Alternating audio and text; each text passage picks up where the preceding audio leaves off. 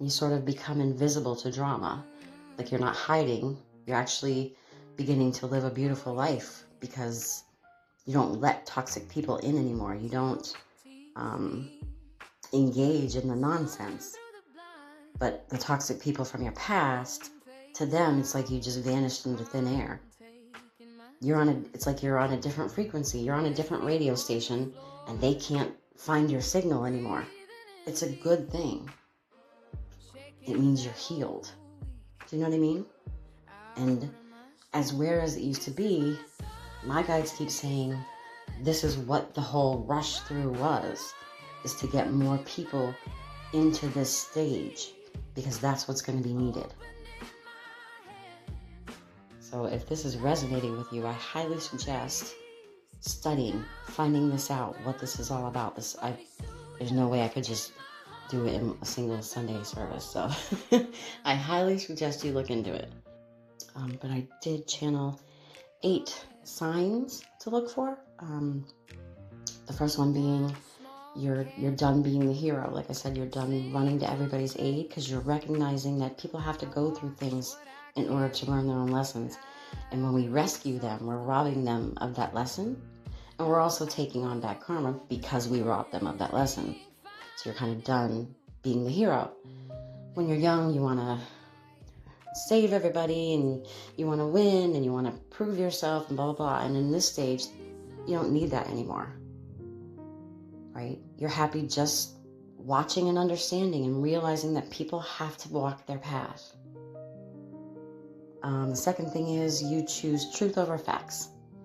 You stop reading a million books to find the answers and you start looking inside for the answers. Do you know what I mean? You realize a book can tell you about love, but only your heart knows what it really is. You find that silence teaches you more than any loud expert, including myself. Okay, the third one was you have like a spiritual indifference. This is kind of a big one. You still care, but you aren't destroyed by what happens. If someone lies to you or about you, or somebody leaves you or walks away, you still feel it, but it doesn't hook you. You're not stuck in the pain of it. You recognize that it's playing out the way it needs to, right? You're still in the storm, but you don't become the storm. Do you know what I mean? It's storming all around you and you're still standing tall. You know what I mean? People might call you cold, but really you're just unsinkable. Let's see, the fourth one, you stop judging bad people because you've looked at your own shadow, right? And you realize that you weren't always perfect. You're not perfect now. People are making choices and behaviors out of trauma. You recognize that because you've looked at your own trauma. Do you know what I mean? Since you're making peace with your own darkness, you aren't shocked that other people have darkness. You see it clearly and you can see it without the anger. Okay, they said 5 is you get to a place where you can have 2 opposite ideas, where you start feeling comfortable in the gray areas because you recognize not everything is black and white. Not everything is good or bad. Do you know what I mean? You know that life is both. You can love someone and still walk away. You can see that a parent was both loving and hurtful. You don't need things to be one or the other because you understand how and why things happen. Okay, number 6 was you stop forcing and start flowing. You stop trying to force things to go the way you think they should and recognize that they're going to go the way they need to go. You become like water. Water doesn't fight a rock. It just, flows around it.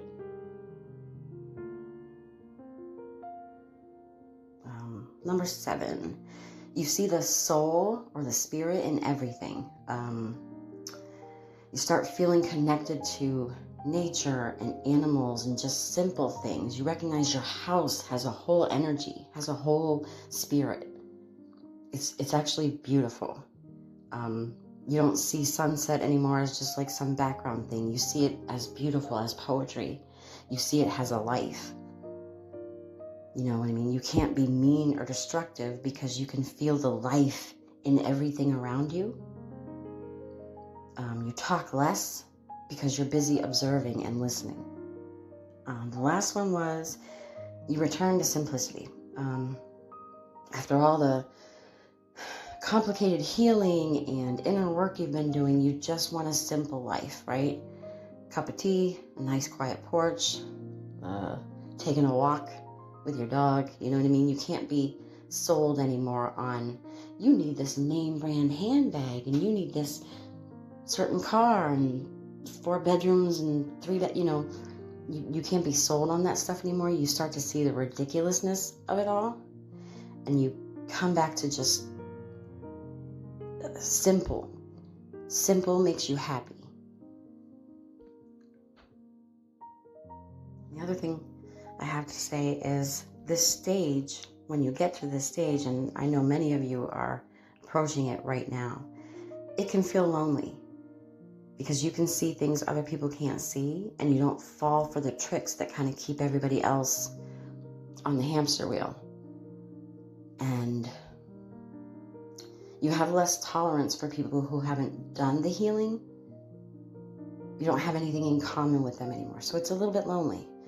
But the loneliness isn't a mistake. It's meant to be that way. Because now you are what some cultures would call an elder. You've got the knowledge. You're now the Bodhi of it all. You're the one who has learned the stuff, and now you can help other people get there just by being who you are. So like, even if you're young, your soul is old, right? And your job isn't to fix the world, it's to stay awake and be the bridge for others when they're ready to cross it.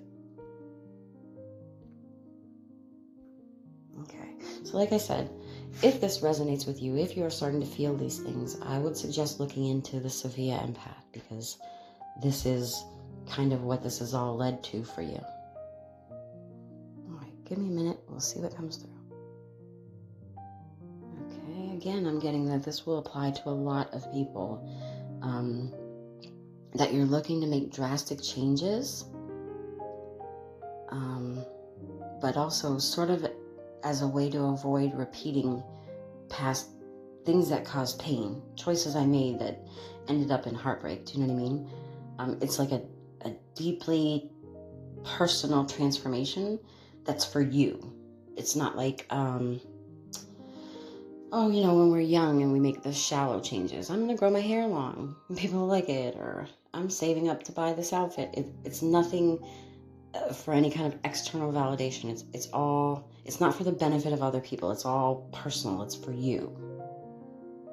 And there's something about spending a little time feeling maybe uncomfortable in social settings because you are so aware now.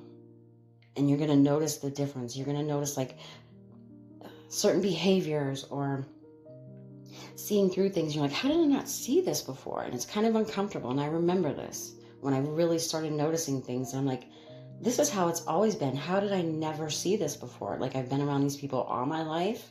How did I not see these behaviors? And it's kind of uncomfortable. And that within groups that you've known for a very long time, there's behaviors now that you see right through that you didn't even notice before. Because there's a lot of these people who haven't had the growth that you've had.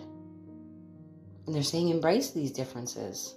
You know, don't try to fit in. Fitting in is going to, you know, restrict your gifts and your authenticity and pull you back. You've done all this work. Don't go backwards. They're saying it's okay that you're different. This seems to come up a lot this past week. I've had to tell people that it's okay that they're different.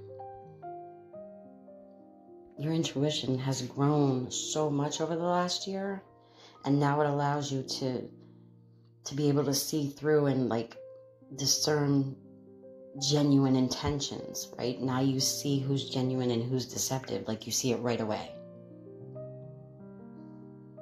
And that will upset people who prefer to, you know, hide who they really are. You're going to see right through it, and that might upset them.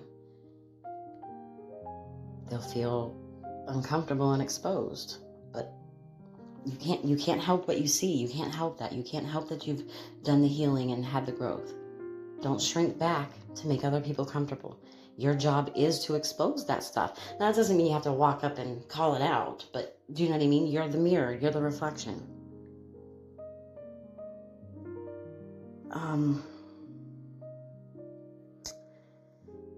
There's going to be tests to this.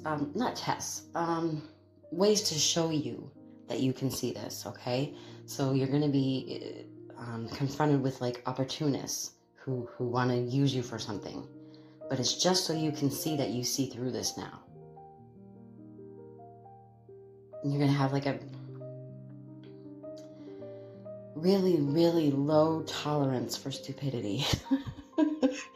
I'm sorry. I feel it.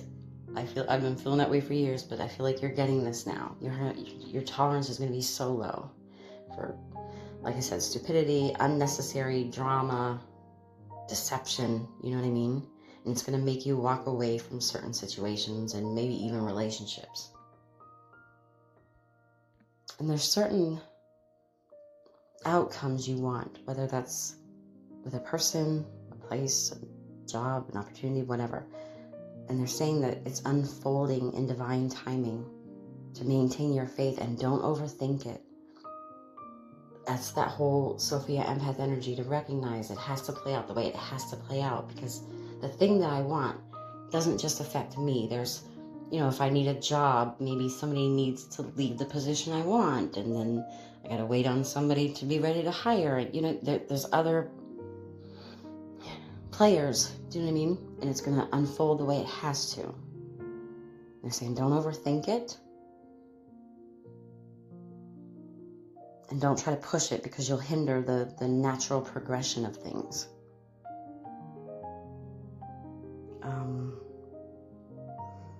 There may be something about starting to explore more spiritual things in relation to work. More paths that help heal, whether that's actual spirituality or a healthcare field, but there's something about shifting to more of a healing path related to work.